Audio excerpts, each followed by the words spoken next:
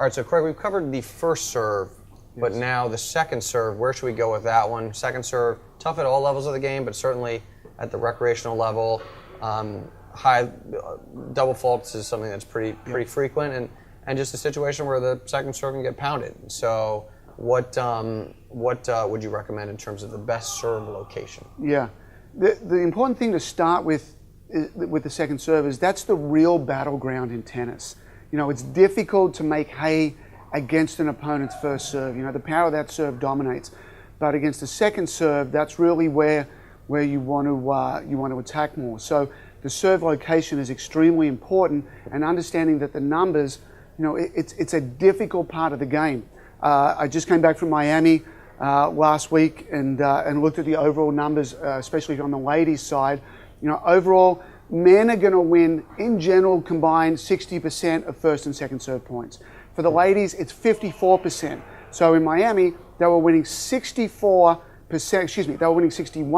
on first serves, but 44% only on second serves. Wow. So it's a very difficult thing to do. You've got to try and maximize your potential there and not hurt yourself. In the deuce court, from looking at the best servers in the world, one of the most important things is to just take the double faults out of the equation. So very few second serves go to position 1, very, very few second serves go to position 4. You're basically going to go in the deuce court to position 3, and in the ad court you're going to go to position 7. So you're trying to minimize damage. The returner can hit the second serve harder and attack more with a forehand. So what you're trying to do is say, I'm going to go to a big target, I'm going to make a lot of them, but I'm going to go to a part of the court where I'm not going to get attacked as much.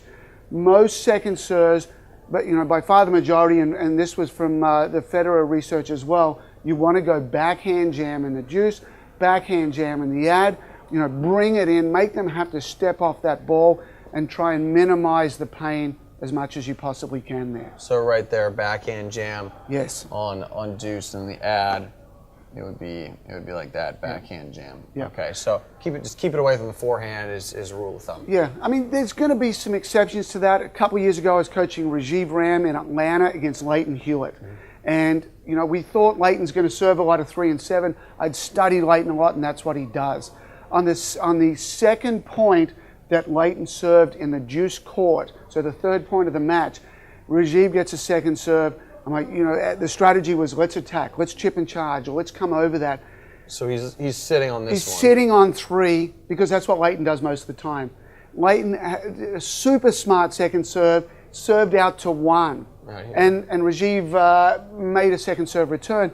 And for the rest of the match, Rajiv's thinking, you know, I know he's probably going to 3, but holy cow, I remember that early one where he went to 1. And was this an ace? No, it wasn't an ace, it was a return error. But return error. Yeah, Okay. Rajiv was, it was very difficult for him to certainly get behind that ball. It was almost the Pavlov's dogs you were talking about earlier. Yes. He almost conditioned them to think could go out wide on the second serve, and then it backed him off the strategy you guys had constructed. Yeah.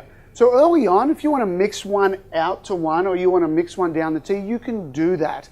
If the opponent is getting on and has got a really good backhand return, you can mix that a little bit more. But you want to start generically at position 3 and 7 and then work other locations from there. Could this also be a situation where you talked about in the first serve, well, if you're up 30 love, maybe you can go down the tee. And let's say you miss that. Yep. Would this be a situation where if you think this guy's going to sit on this one, you're up 30 love, maybe go out wide to keep this one more maybe in your back pocket or more of an option at a tighter situation, maybe 30 all, maybe deuce.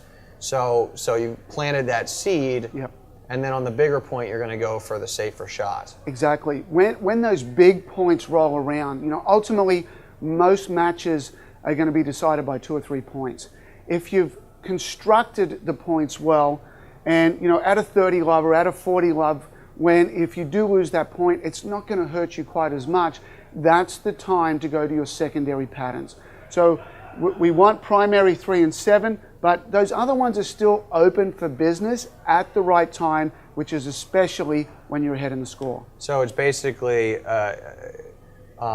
with all these factors combined together, you're telling a story, right? If you always served to the same location, then the person would just start sitting on it. So you use the secondary pattern of maybe going out wide with the second serve to just tell that story like, hey man, I could still go here. And then, in Rajiv's case, but in any player's case, they might back off the highest percentage shot. It makes it more of an option for you when you really need it. Yeah. Get inside your opponent's mind and figure out what are they expecting. And watching Nadal, he does this quite often. I've seen him do it in major finals, the final in Canada against Raonic, also against Isner, where these guys are looking to run around. Nadal's mostly going to serve to 3, but he knows they're going to run around, and he'll serve some second serve aces out to 1 because he's winning that battle of where is he expecting that serve to go.